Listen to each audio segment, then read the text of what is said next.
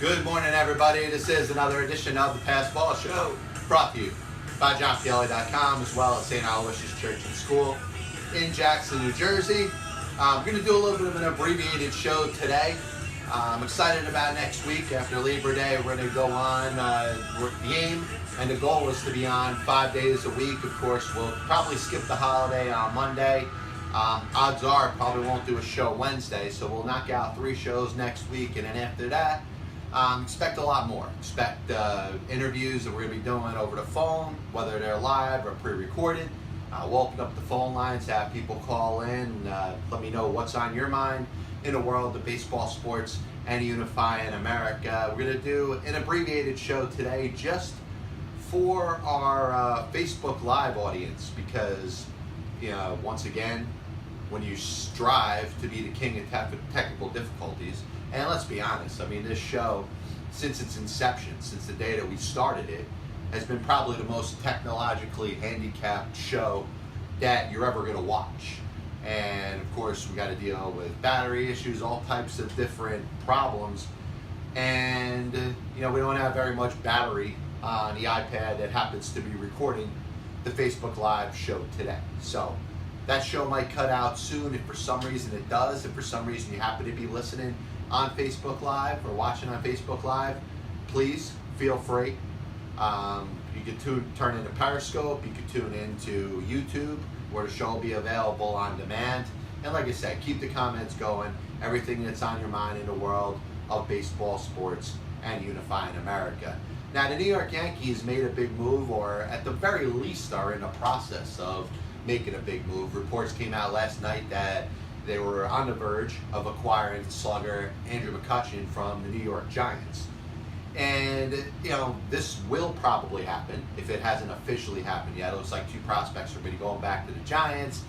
And the New York Yankees are in a little bit of a interesting position because they have, at this very moment, barring a major collapse, the first wild card spot solidified in the American League. And it probably won't be an issue. It looks like they'll lock up that top spot. In all likelihood, we'll be hosting the wild card game at Yankee Stadium. But if you've watched the performance or the play over the past, I don't know, probably better part of 3 weeks, maybe close to a month, you haven't seen the same results for the New York Yankees that you saw at the beginning of the year. And a lot of things can contribute to that. A lot of it can be, hey, you know, they played their best baseball, or they played baseball at the elitist level of almost anybody in Major League Baseball, and were second fiddle to the Boston Red Sox for a good portion of the season, and obviously the entire season. They weren't playing as good as the Red Sox. Even when the Yankees were going out there winning 7 or 8 out of 10 games, the Red Sox were going out there winning 8 out of 9 games. So you hit a certain point, and it probably wears on you a little bit. But obviously the major concern, the biggest thing that has held the New York Yankees back has been injuries.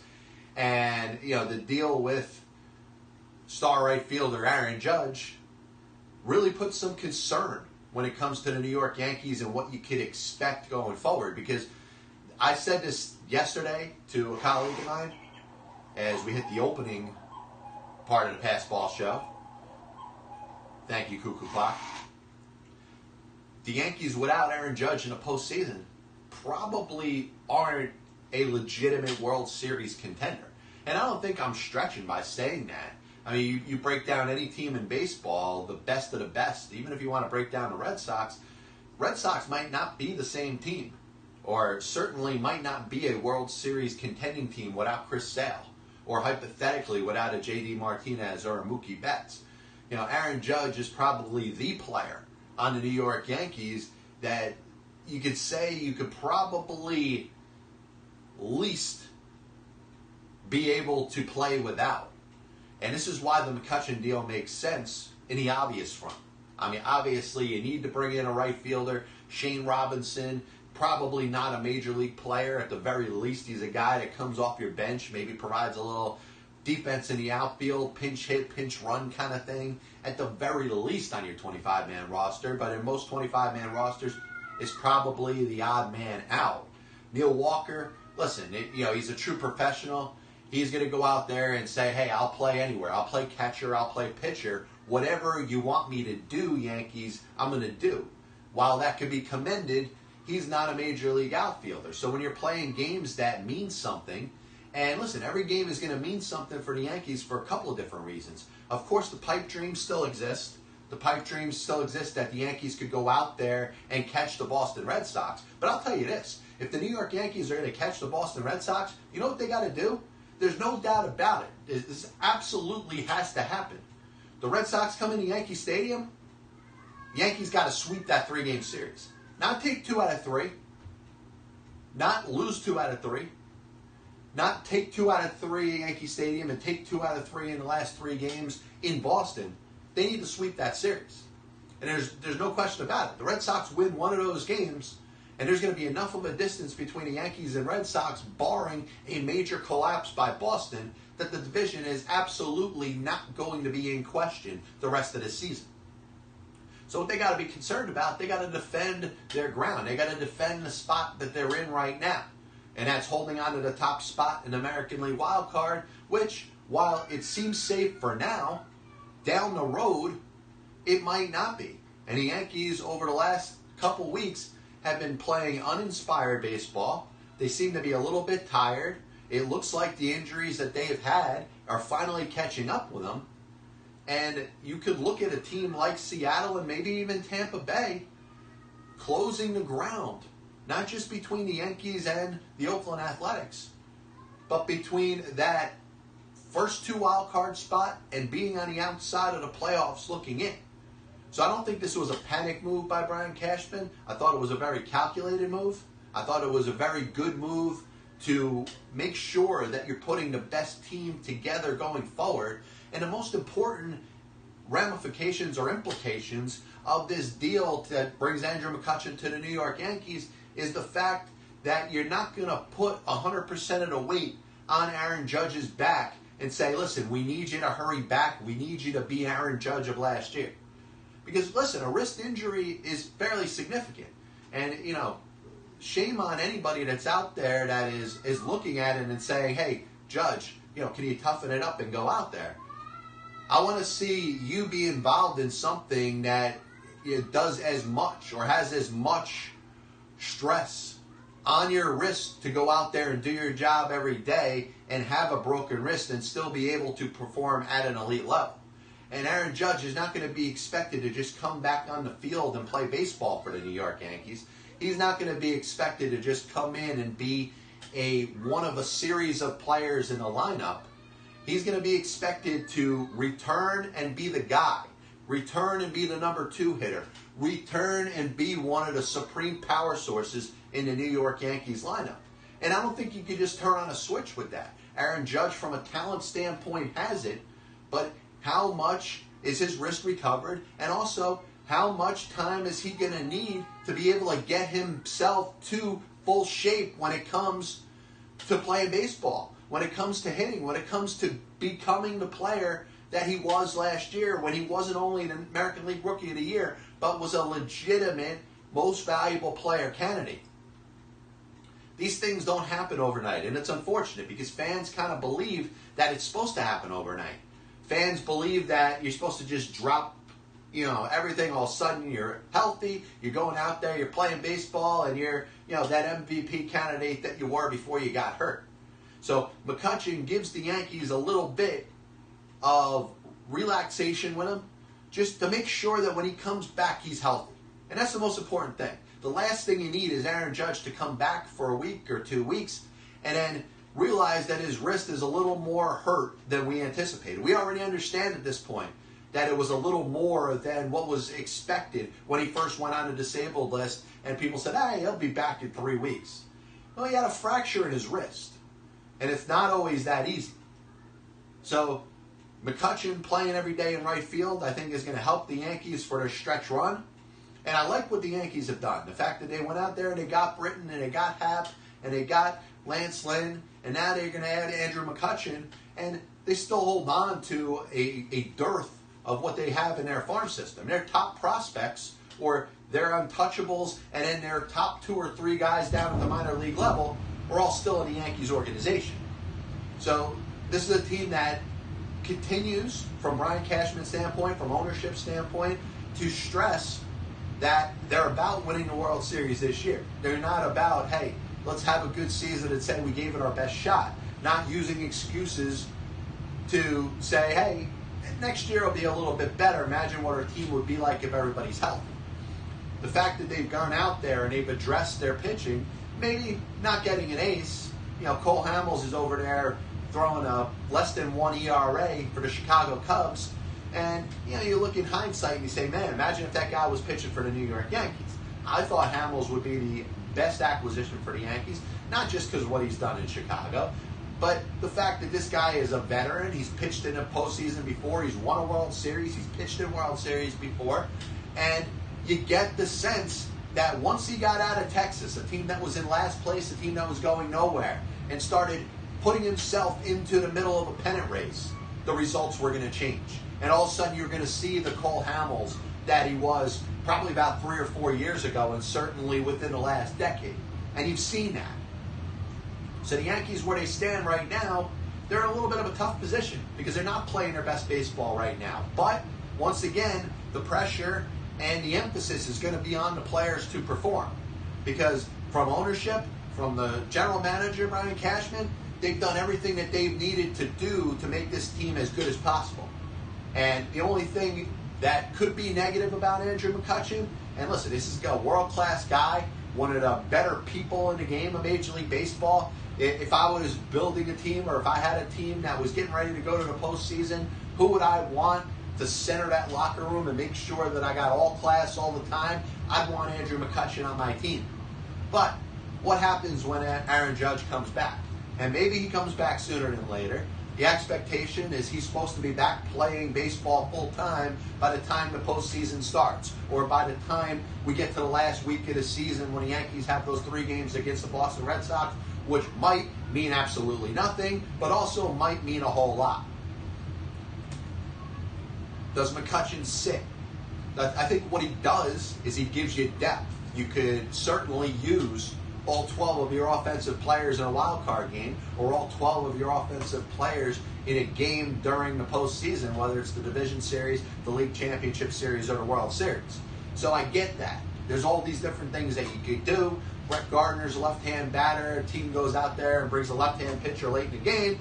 You could pinch hit McCutchen. You got Greg Bird, who's been struggling. He's playing first base against the right-hander. They bring in a lefty. You could go to Luke Voigt, but you could also go to McCutchen. So what Andrew McCutchen does, in addition to being able to play right field until Aaron Judge comes back, he gives you depth off the bench. And the Yankees have a complete team right now. All they need is to play some better baseball, some more inspired baseball. Hold on to that wild card spot, because you know what? It's no longer a guarantee. If they keep spiraling or they keep playing uninspired baseball like they are, either the first wild card spot or a spot in the playoffs altogether, it could come down to in the last week of the season. Now, if all things go right for the Yankees, they play good baseball, good to great baseball the rest of the season, knock out some games against the Boston Red Sox, maybe sweep the Red Sox in the 3-game series they have at Yankee Stadium, then all of a sudden we can talk about the possibility of the Yankees having to skip the wild card game altogether. And if they do that, obviously, that will be a great situation for them. They'd be able to set themselves up, likely, in a series where they're playing the wild card winner, which, you know what, if the Yankees win the division, hypothetically, the Red Sox probably going to win one of the wild cards, and the Red Sox would be probably favorited, just like the Yankees would be in a wild card game. So you'd set up a best-of-5 Yankees-Red Sox. That's basically what we're going to anyway. And for everybody that's talked about, hey, the League Championship Series, it would be great if you had the 2 best teams in the American League, Yankees-Red Sox. It's probably not set up to be that way. And if both teams perform at the highest level, if both teams do the things that they need to do, we are looking at a first-round or second-round series in the American League Division Series between the Yankees and the Red Sox, one way or the other. Now, the Yankees, just like the Red Sox, where they sit right now, and obviously are well poised to win 100 games this year, I don't think they could realistically chase the the record for the Seattle Mariners that they had with the amount of wins that they had in 2001 of 115. But, you're looking at a Yankees-Red Sox division series almost regardless. And anything less than that will be an upset. Let's be serious. If the Yankees somehow get knocked out in a wild card game, or if the Red Sox somehow don't win the division, we're going to be talking about what went wrong that caused either one of those things to happen. But Andrew McCutchen, obviously, class guy. I'm happy for him because he came over to the the San Francisco Giants with the expectation that that team was going to compete this year, and they very well could have. They had a very good chance of being a good team, this year. They lose Madison Bumgarner at the beginning of the year. Johnny Cueto has a Tommy John surgery. Buster Posey's been playing hurt all year. He's finally going to have that hip surgery. So you're looking at some spots that, unfortunately, in a season full of injuries, there aren't many teams in baseball that you could say have been injury-free. The Giants have been hurt by injuries, and you can give them respect for looking at Andrew McCutchen and saying, listen, you're a world-class guy. You know what? Let's do right by you. Pretty similar to what the Mets did with Jose Bautista. Jose Bautista busted his ass for the, 3 or so months he played for the Mets.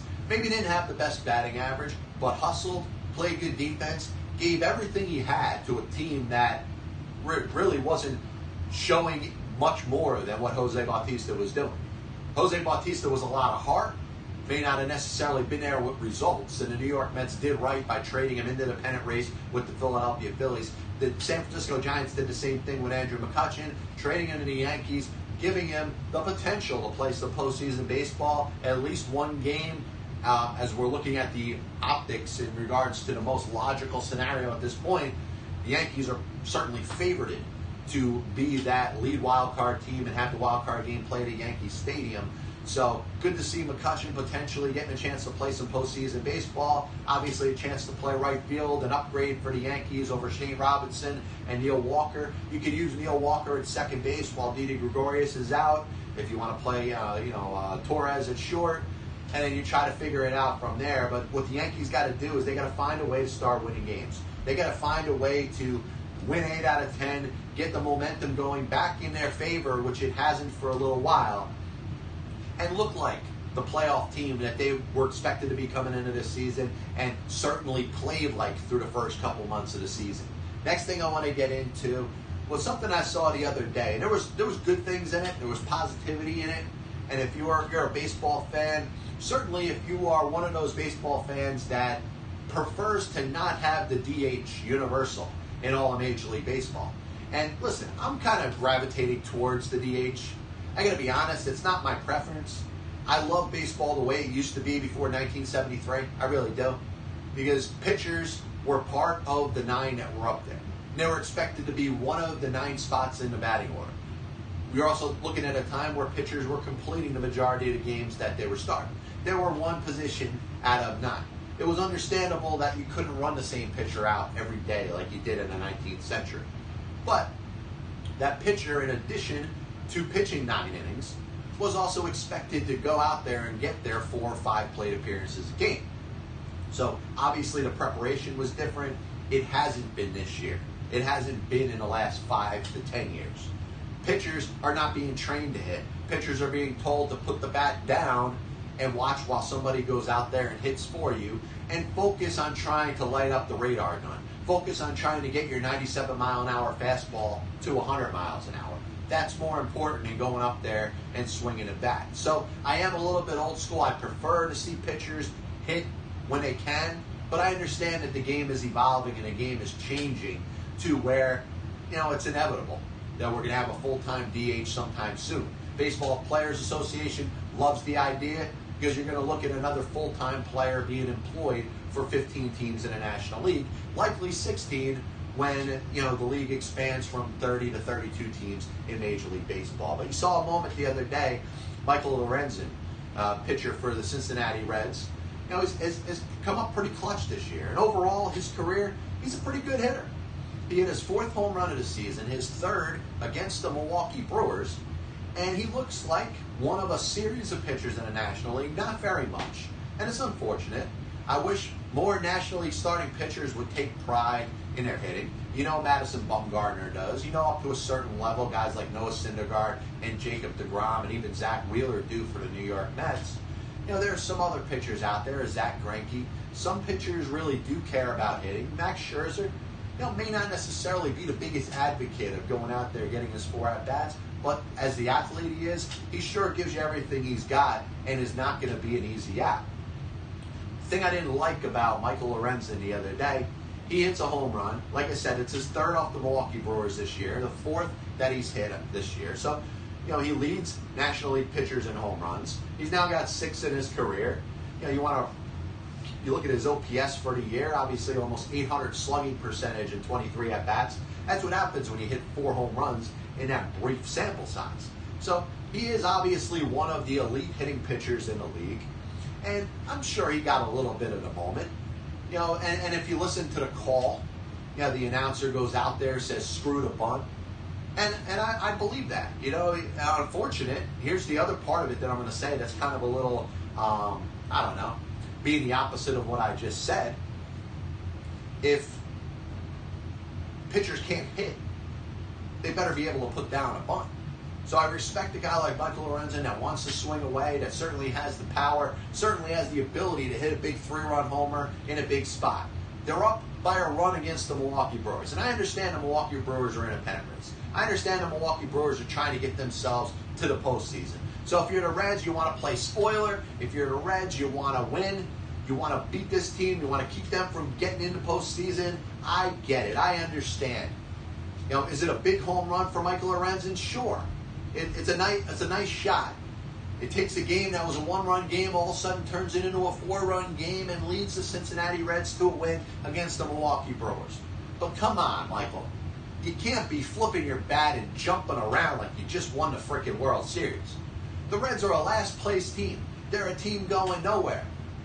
And Michael Lorenzen just hit his 6th home run of his Major League career. I'd understand if this was his first big league home run. I'd understand if he walked into a pitch and hit a bomb, 400-something feet that nobody expected. But this is your 6th Major League home run. Act like you've done it before. And I understand the guy has gone through an unfortunate situation, lost his dad last year. I get it. He's a guy that plays a major role in the Cincinnati Reds team. His ability to pitch multiple innings, the fact that he throws the ball very hard, he's certainly going to be a building piece for that team going forward. When the Reds are good, maybe next year or maybe in 2020, I expect Michael Lorenzen to be a legitimate part of this team when they're doing better. So I don't have a knock on him, the player. I got a knock on his actions from last night. And I understand we live in a day and age where, it's, hey, look at me. Let me hit a home run and let me do that little pose with the bat flip so the little 12-year-old boys and girls can get a chuckle and cheer. But when you're in last place on a team going nowhere, and you already hit 5 home runs in your big league career, so this isn't your first rodeo, act like you've done it before. Once again, this is the Pass Ball Show brought to you by JohnPielli.com, as well as St. Aloysius Church and School in Jackson, New Jersey. Like I said, we'll be announcing a couple new sponsors next week. We're also going to bring the phone lines back, so we'll open that up to anybody who wants to call in and be part of the show. Anything on your mind in the world of baseball, sports, and unifying America. I was kind of pushed, and once again, you get a lot of people that want to say, "Hey, John, can you talk about this?" I always try to keep my eye and my ears open to what people want to hear. So I will talk a little bit fantasy football in this, once again, abbreviated edition of the Pass Ball Show. We'll be back with you next Tuesday, the day after Labor Day, which I believe is the 4th. So September 4th, we'll be back on the air talking, once again, everything on your mind in the world of baseball, sports, and unifying America. So, a lot of people have their fantasy football drafts this week. Some people have them next week. Some people want to wait till the very end before that first game. And obviously, I understand why commissioners want to do that. You want to make sure that every player that's hurt, the ACL list as it grows every single week, you want to make sure that those players, are known to be hurt. Nobody's drafting those guys and then losing valuable draft picks. If you had a draft 4 weeks ago, Darius Geis, tears his ACL, you may have taken him in the 3rd or 4th or 5th round because of his value and what he means to his position. So if anybody gets hurt in the last preseason game, you'd want to know that before your draft starts. Now, I was thinking about this the other day because we look at the ranking file of National Football League quarterbacks, and I discussed this when we spoke on the past fall show about where do you draft the quarterback, because obviously you want to have one of the top 5 guys if you can, certainly one of the top 10 guys depending on the strength of your league. You want to make sure that you have a legitimate NFL quarterback that's going to carry your roster, because the quarterbacks have the ability to provide the most points week in and week out. Now, it doesn't get viewed that way in the draft. You know, in PPR leagues, you got people that are very much obsessed with drafting a running back with their first overall pick. And in some cases, you want to draft a couple running backs. Obviously, you want to get one of those elite wide receivers. So you focus on that. You focus on getting that running back that can both catch the ball and run and score some touchdowns, and that big-time playmaker as a wide receiver.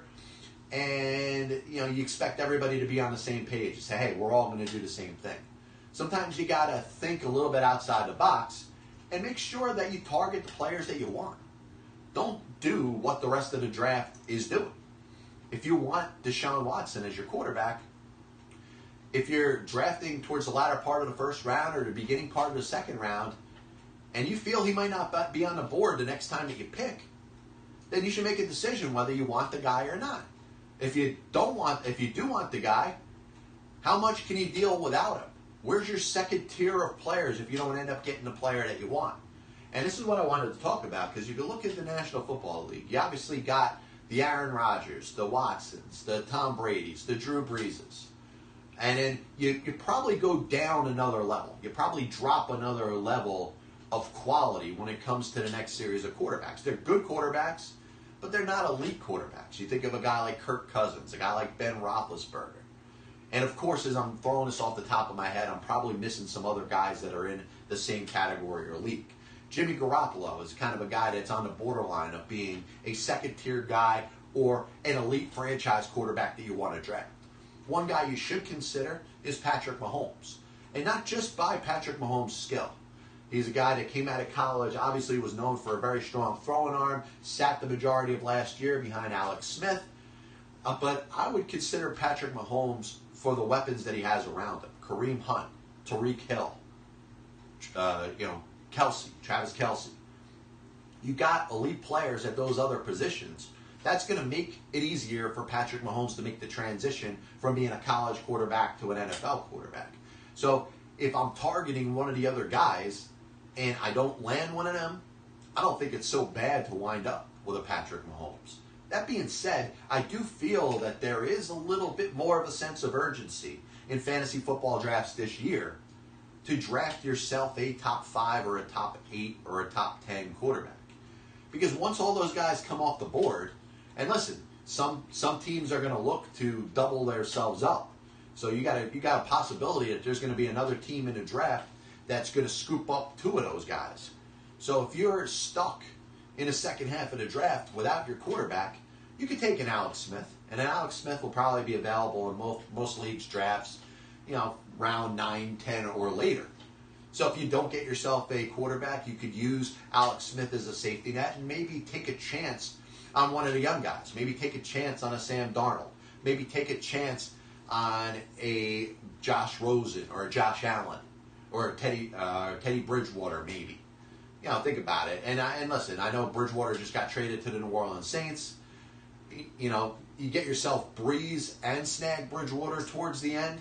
Depends on how your team looks. If you have a stacked team, you could afford to do that. But, you look at some of the second and third tier quarterbacks.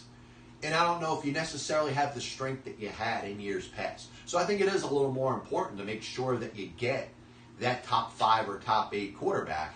Now, if you end up getting a guy like Patrick Mahomes in the 8th or 9th round, you may pull out the steal of the draft.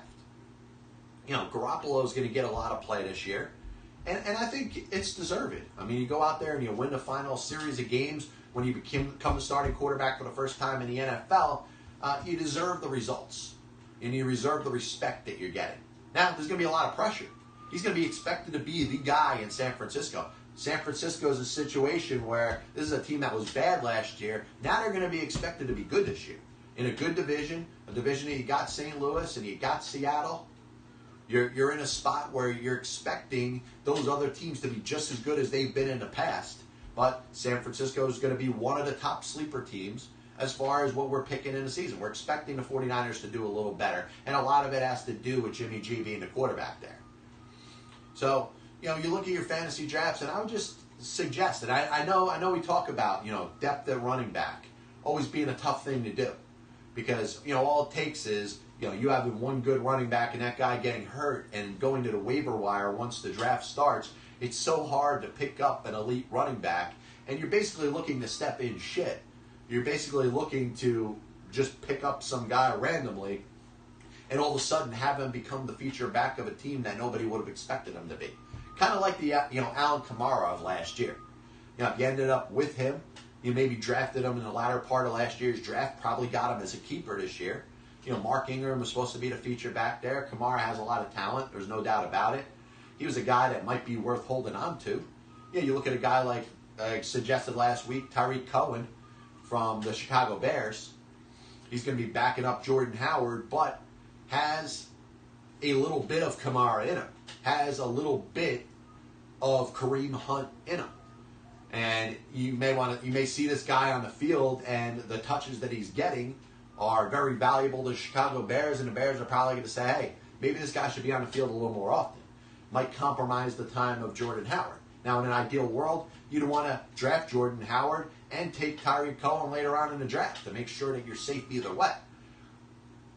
But you're finding running backs becoming a lot more tough, or a lot tougher to pick up on the waiver wire and during free agency as the season starts.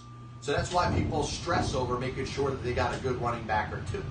You got yourself a Gurley, you got yourself a David Johnson, and look at what happened to David Johnson last year. He got hurt, his season was over, and a lot of people who had drafted him number one overall or within the top 3 or top 5 ended up losing their best player pretty early on in the season. So best of luck to everybody in their fantasy football drafts as they're coming up, of course. Last topic I wanted to get into today. Once again, this is the Passball Show, brought to you by JohnPielli.com, as well as St. Aloysius Church and School in Jackson, New Jersey. A couple more sponsors will be joining the program next week. I'll announce them then. We'll also bring the phone lines back, so we'll have some people, anybody that wants to call in and be part of the show, anything that's on your mind in the world of baseball, sports, and unifying America. So one of the things that is probably the nerdiest about me, or one of the things that would make me kind of seem like a dork in a lot of circles, is my love and obsession with baseball statistics. And once again, this goes back to the age of 7 or 8. I spent a good about 5 years when I was a kid obsessing with baseball stats and being told wherever I go that you can't make a living, with just obsessing over and analyzing baseball stats. And I believed it for a while, and it wasn't until, I entered my 30s where I started to think of this aspect of communications and speaking and, putting my voice out there and sharing my opinion in the world of not just baseball, but also sports and unifying America, that it does have some value. So when we talk about the nerdiness of baseball stats, I was thinking about this the other day because the St. Louis Cardinals obviously switched managers. They went from Mike Matheny to Mike Schilt. Mike Schilt's done a great job there as the manager. They're like about 15 games over 500 since he took over. They give him a longer-term extension. He's going to be the manager of the Cardinals going forward. But what stood out is that was the first time the St. Louis Cardinals changed managers in season since 1995. And that was done when Joe Torre was the manager, and he was replaced by Mike Jorgensen. So I started to think, all right, it's 30 teams in Major League Baseball. So when was the last time each team made a managerial change in season? And I'm not talking about changed managers. Of course, you look at a guy like Mike Scioscia, and Mike Scioscia has been the longest tenured Major League manager currently in Major League Baseball. There was a report out there he's going to be out after the season. When he denied it, the asinine sports writers still reported the story. So I look at the 1995 St. Louis Cardinals, and if I said 1996, I apologize. 1995 was the last year that the St. Louis Cardinals changed managers in season. Joe Torre was the manager, first 47 games, replaced by Mike Jorgensen. Of course, after the season, Tony La Russa became the manager. He was there through 2011. Mike Matheny was there from 2012 to this past season. So, obviously, you look at other teams that have made recent managerial changes. The Reds fired Brian Price early on in the season, replaced him with Jim Riggleman. And there's a handful of other teams that have done it on the fairly recent level. So from 2015 on, you got the Brewers in 2015, you got the Padres in 2015, the Marlins in 2015, and the Phillies in 2015. Before that, going back from 2014 to 2010, you got the Indians in 2012, the Athletics in 2011, you got the Royals and Mariners of 2010, you got the Diamondbacks of 2010. Now, one of the things that I factored in when I was putting this stat together, or this compilation together, was the Arizona Diamondbacks in 2014 replaced manager Kirk Gibson with about 3 games to go in the season. Now, the reason that stands out, and the reason that will be an exception to my rule, is the fact that basically Kirk Gibson was probably told he could finish out the season. And he chose not to. He chose to walk away. Pretty similar to what happened with the Chicago White Sox in 2011 with Ozzie Guillen. 2 games to go, the White Sox announced that Guillen's not going to be back next year. Who cares? If you want to manage the next 2 games, you can. He walked away. Don Cooper was the manager. You look at a guy like Art Howe with the New York Mets. 2004, the Mets announced that Howe's not going to be back in 2005. Howe could have walked away. He chose to manage that team throughout the rest of the season. So I can't say that it's any different whether Art Howe chose to manage the team over the next couple of years when it was announced that he was going to be back, and Kirk Gibson and Ozzie Guillen decided that they were just going to get themselves away. They're fired. They don't care about the next couple of games anyway. You know, Brad Ausmus last year was told he wasn't going to be back as the manager of the Detroit Tigers. He managed to finish up the season. Now, would it have mattered if he was the manager for the last 2 or 3 games of the season or somebody else? So that's the reason why I'm doing it this way. So what I came up with is 3 teams that really stand out that have gone a very long time without changing managers. And the first team, of course, is the New York Yankees. And it's not, once again, it's not that they haven't changed managers. Aaron Boone is in his first year as the manager of the New York Yankees. Prior to that, Joe Girardi was the manager from 2008 to 2017. Before that, Joe Torre was the manager of the Yankees from 1996 through 2007. And then you go back even further than that. Buck Showalter from 92 to 95. Actually, I'm trying to go back. So the last time the Yankees changed managers in season was 1990, when it was Stump Merrill took over mid-season. So the Yankees have the 3rd longest streak without changing managers in season. Prior to that, you have the Minnesota Twins.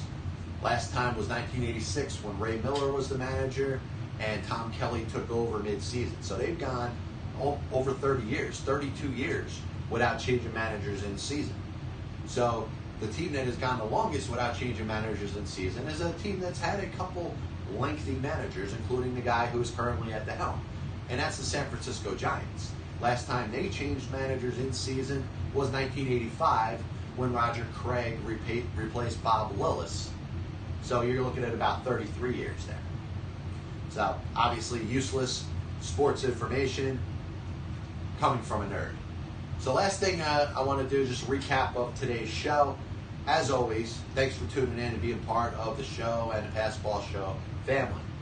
We opened up by talking a little bit about Andrew McCutchen, his impact on the New York Yankees, the fact that they brought in a legitimate good guy, a guy who's only going to make their clubhouse better, but a guy that's going to help them on the field as they kind of do need an everyday right fielder over the last month of the season. Aaron Judge's injury, listen, it's been a little tougher. It's been a little more time-consuming than was initially expected. And you need to make sure that when Aaron Judge comes back on the field, he's 100% healthy. How does that what ramifications does that have for the postseason? If you have Judge, if you have Didi Gregorius, if you have Gary Sanchez, all of a sudden McCutchen is kind of an extra player. I think it allows you to play certain matchups.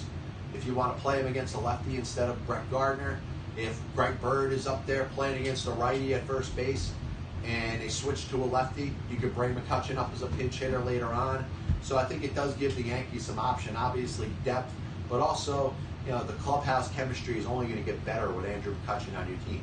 Michael Lorenzen hit a home run the other day, and you would have thought the home run that he hit yesterday, first of all, was like a walk-off home run that led the Cincinnati Reds into the playoffs. And second of all, was the first home run he ever hit in his life. This is a guy that's hit 4 home runs this year. He's hit 3 home runs against the Milwaukee Brewers this year. He's hit 6 home runs in his major league career. So all I can suggest, Michael Lorenzen, listen, you are a very good hitter.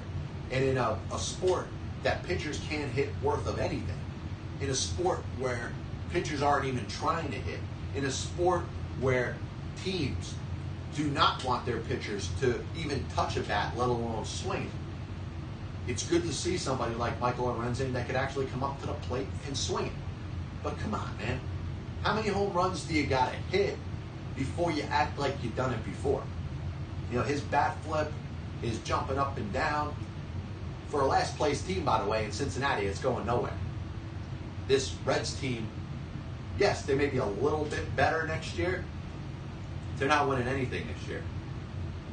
So a 3-run homer to make a 7-6 lead, 10-6 against the Milwaukee Brewers is not worth jumping for joy over. Fantasy football, be wary of your quarterback situation. Don't let, and obviously this is the best advice I could give you. From the top 5 to top 8 quarterbacks, I do think there's a little bit of a drop-off. So don't let too much of the draft go by this year without picking yourself up one of the elite guys. Because I think the drop-off is a little more drastic. Of course, the drop-off isn't as much as it is if you don't get yourself an elite or a good running back or 2. So everybody, best of luck with their fantasy football drafts. And then useless bit of information in a Nobody's Listening segment, which we didn't run the music today for.